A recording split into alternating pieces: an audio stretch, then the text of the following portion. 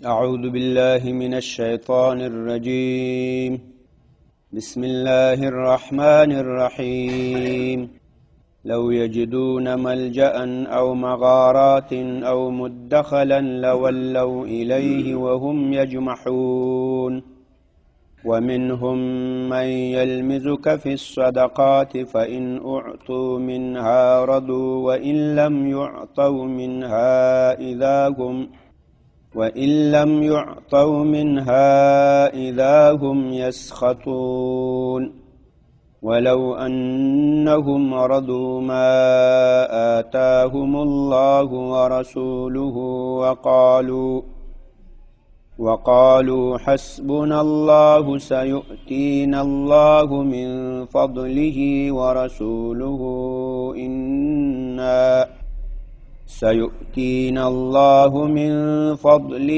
ورسوله إنا إلى الله راغبون.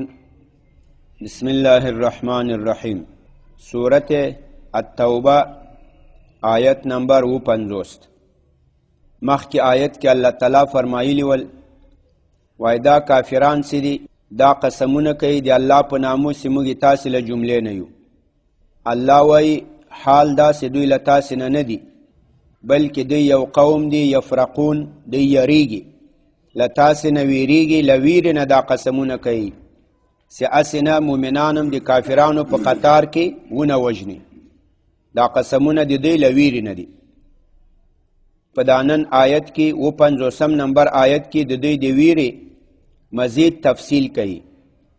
لو یجدون کچیرته ومومي دا منافقان ملجأن پناگا او مغارات سوری غارونه او مدخلا دی دننه کېدلو ځای لولو خامخا دی به هغې ته مخ واړوي الیه دا پناگا دا غارونو دا سړو ته په داسې حال کې وهم یجمحون سدی به منډې وهي یا اقمې ترسن از شما دی له مؤمنانو له دې خلکو نه دومره ډېرېږي که دوی چېرته یو سوړه یو پناهګاه یو غار پیدا کړي بس هغې ته به منډه واخلي هلته به ځان پناه کړي. یا از مؤمنا می ترسه به دروغ قسم میکنه که ما مؤمن هستیم از جمله شما هستیم اینقدر می ترسه اگر یا یک غار و یک پناهگاه پیدا کنه اموجه میده و خود را پناه میگونه. لو یجدون که چیرته دی عمومی ملجأن پناهگاه اگر یابن ملجأن جای پناه او مغارات دا جمع دی مغارتون ده مغارتون غار توی پغره کی سوڑی توی سراخ رمیگا غار رمیگا جمع دی مغارتون او کدی پیدا کی سوڑی غارون پغرونو کی او مدخلا او جای دی دخول جای داخل شدن دی دننه کېدلو ځایونه لولو خامخا دی باغې ته رجوع کی لولو الیه خامخا دی باغې ته رجوع کی په داسې حال کې هم دی سدي یجمحون دی به منډې وږي. ملجأ دا اسم ظرف ده للجأ یلجأ لجأا فهو لاجئ. لجأ محموز اللام ده پناه وړل لاجئ پناه وړونکی ملجأ دی پناه جای پناهگاه. مغارات دا جمع دی مغارتون ده مغارتون دا غار توای سوړي توای په غره کې. مدخلا دام صيغه دی اسم ظرف ده اسم مکان ده باب دی افتعال ده لدخولنا په اصل کې ادتخلو ادتخل افتعل ادتخل يدتخلو اتخالا فهو مدتخل مفتعل. بیا اغتا دال سو دال په دال کې مدغم سو مدخلون سو دا اغه ځته وایي چې په هغه باندې ته دننه کېږي خو ځان په زور پې دننه کوي هغه جای تنګ وي او ته ځان پې دننه کوي داسې سړي ته مدخل وایي. مدخل او سوراخ رمیگه که به او تو خود را داخل میکنی خو به زور داخل میکنی جای تنگ باشه سوراخ تنگ باشه تو به زور خود داخل بکنی ای تو سوراخ را مدخل میگه. لدین د دې د ویری تعبیر کوي. سړی سره چې شنه ویریږي بیا په یو غار باندې چې نه ځایږم ځان دننه کوي چې اوس هسې ځان پټ کمه. کسی که بسیار بترسه در غاری که او داخل نمیتانم خود را به زور داخل میکنه که از ترس خلاص شوم، از کشتن خلاص شوم. مدخل ایتو سراخ را میگه. لو یجدون کدیو پیدا کړي ملجأن پناگا او مغارات غارونه او مدخلا هغه دی دننه کېدلو ځای چې هغې ته سړی په تکلیف دننه کېږي. لولو خامخا دوی به هغې ته مخ واړوي، حتما یا رو میگردانن الیه به طرف امان سراخها وهم یجمحون در حالی که یا میدوند.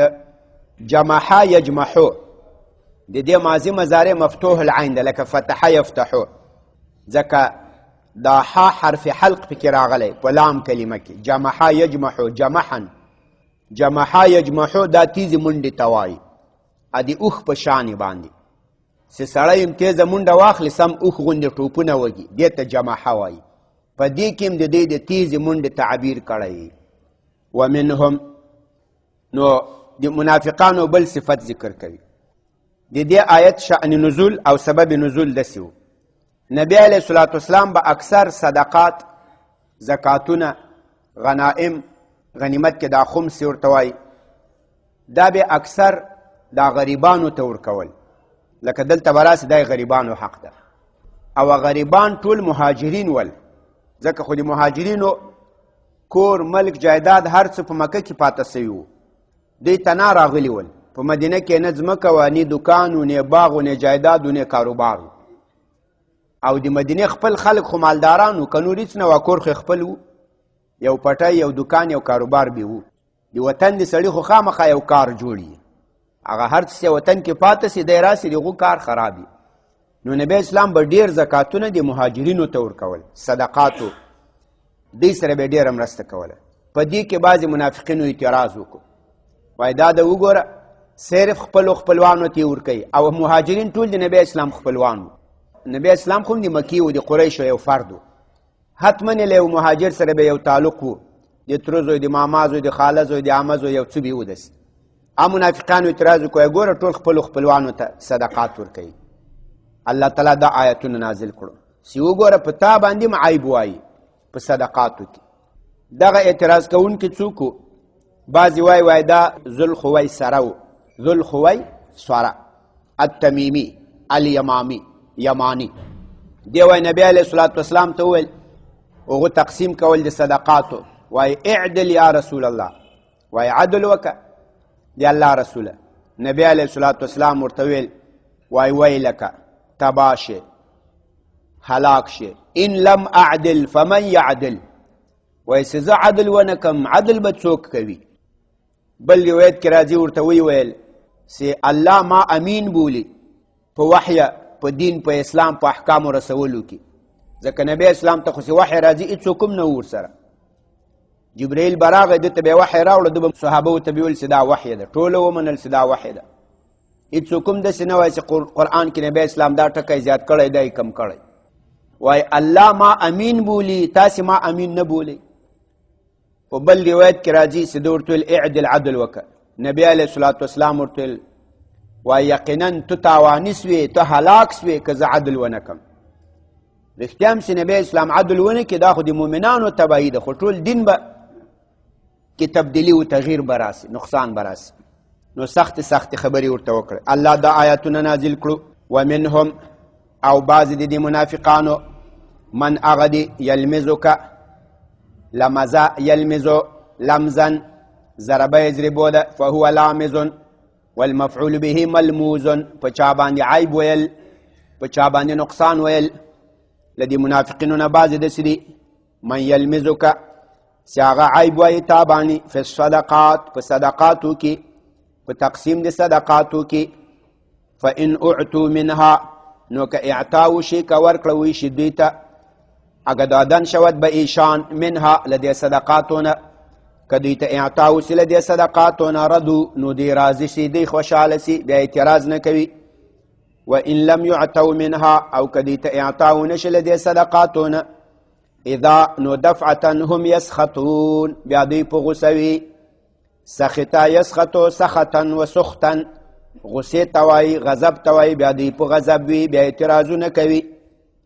الله تعالی وایي دوی ته دا مناسب نه وه چې دوی په نبی اسلام اعتراض وکړي. دوی ته مناسب دا وه چې الله دوی ته کوم شی ورکړی، نبی علیه الصلاة والسلام دوی ته کوم شی ورکوي، که لږ وي که ډېر وي، په هغې باندې خوشحاله سي. او دوی داسې ووایي چې الله موږ ته کافي ده، او زر ده چې الله به له خپل فضل نه، نبی اسلام به له خپل احسان نه موږ ته ډېر شی راکړي، او موږ د الله طرف ته میلان لرو، رغبت لرو. دوی باید دا خبره کړې وای، قناعت یې کړی وای، کوم برخه چې الله او نبی اسلام ورکړي په هغې باندې صبر کړی وای، اعتراض یې نه وای کړی. ولو انهم یقینا که چېرته دوی ردو، دوی راضي سوي وای، دوی خوشحاله سوي وای، ما په هغه څه باندې آتاهم الله چې هغه دوی ته الله ورکړی، ورسوله او رسول الله ورکړی، وقالو او دوی داسې ویلي وای حسبنا الله کافي ده موږ ته الله تعالی، سیؤتینا زر د اعطا به وکړي موږ ته الله الله من فضله د خپل احسان نه، ورسوله رسول الله به موږ ته اعطا وکړي له غنایمو نه، له خمس نه، له صدقاتو نه. انا یقینا موږ سیو الی الله الله تعالی ته راغبون رغبت کوونکي یو، میلان کوونکي یو. ولو انهم ردو که چېرته دوی د الله او د نبی اسلام په تقسیم خوشحاله سوي وای او دا خبرې کړي وای، جزای محذوف ده. جزای څه شی ده؟ لکان خیرا لهم، حتما دا به دوی ته ډېر غوره وای. اگر یا راضی می شدن به همین تقسیم الله و رسول الله و ایتو می گفتن که الله ما را کافی است و شاید الله ما را از فضل خود اعطا بکنه، نبی علیه الصلاة والسلام به ما اعطا بکنه، اگر ایتو یا می گفتن لکان خیرا لهم، یه برای ایشان بسیار خوب می بود، خیر می بود. ترام دیجی پوری بسته. په دې آیاتونو کې د منافقینو هغه ویره او ترس بیان سو چې که دوی یو غارونه سوړي پیدا کړي په هغې باندې به په زور دننه کېږي چې هسې ځان له مرګ نه بچ کړي. او بل له دې نه د منافقینو یو بل صفت بیان سو چې دا په نبی علیه الصلاة والسلام باندې دوی اعتراض کوي، په صحابهو باندې اعتراض کوي، په دین په دلایلو د دین په مسائلو په دې باندې دوی اعتراض کوي. دا د منافقینو صفت ده. د نبی علیه الصلاة والسلام په احادیثو، د الله تعالی په آیاتونو، په دینی احکامو، په دې باندې باید سړی اعتراض ونه کړي.